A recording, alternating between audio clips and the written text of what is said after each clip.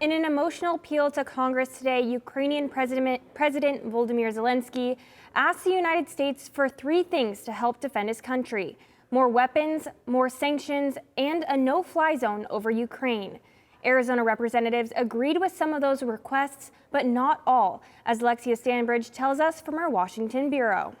President Zelensky, speaking by video and wearing his now familiar green military t-shirt, had a straightforward appeal to Congress and to President Joe Biden.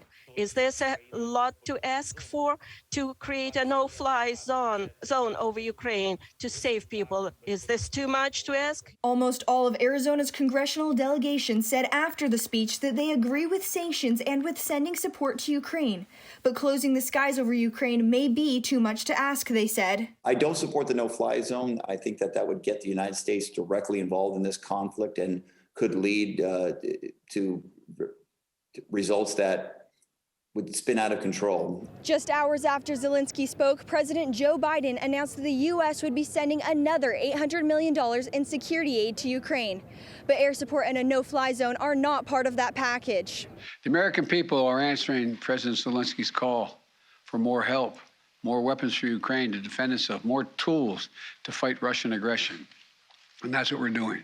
Zelensky's speech today was just the latest in a series of appeals he has made to countries around the globe. His 20-minute speech included references to Pearl Harbor and 9/11, as well as a graphic video that showed the violence and destruction of the Russian attack.